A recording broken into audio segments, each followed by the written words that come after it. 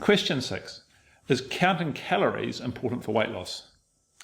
Great question, and we can answer it in several ways.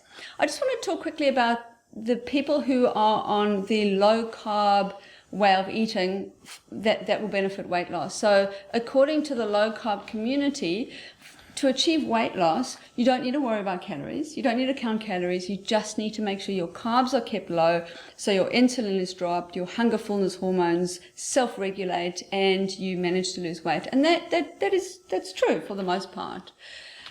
But I will say that calories actually do count, because when you are that low carb person, let's say, if you overeat the amount of energy that your body needs to process for various functions, those calories don't magically disappear. They don't disappear. They've got to go somewhere. So if you overeat calories, then you won't lose weight. So I think both arguments are right. You definitely need to watch your carbs if you're on a low carb diet and get your insulin low.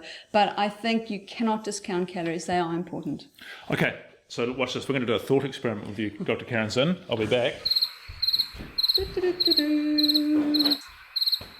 So in this experiment, every half an hour, I'm going to chop up another 100 grams of butter and force you to eat it. Right, I've got to go. But under those conditions, under that thought experiment, you wouldn't enjoy that. You'd be wanting not to eat that. But because of the several thousand calories here, that energy would have to go somewhere and could be stored as fat. Absolutely. Yeah. Can I do another little thought experiment? I could sit next to you while you're eating the butter, and I can eat something a little more delicious on its own, such as macadamia nuts. And macadamia nuts are the highest fat nut, and they're high in calories, and they are totally delicious. And I can overeat my daily calorie intake in 5 minutes. Right. Well, willingly. I may struggle with the...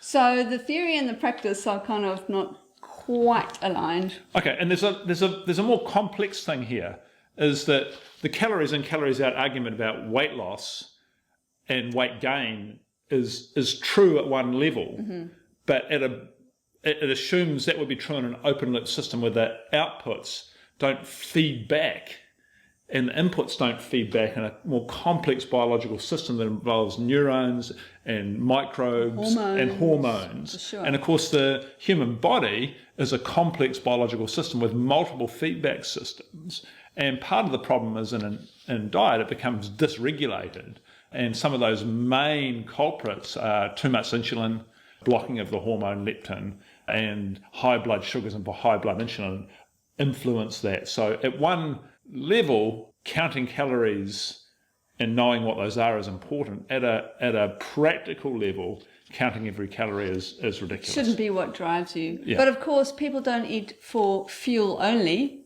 Gosh, what an easy world that would be in. We eat for so many different reasons. We eat when we're happy, sad, depressed, frustrated, endless.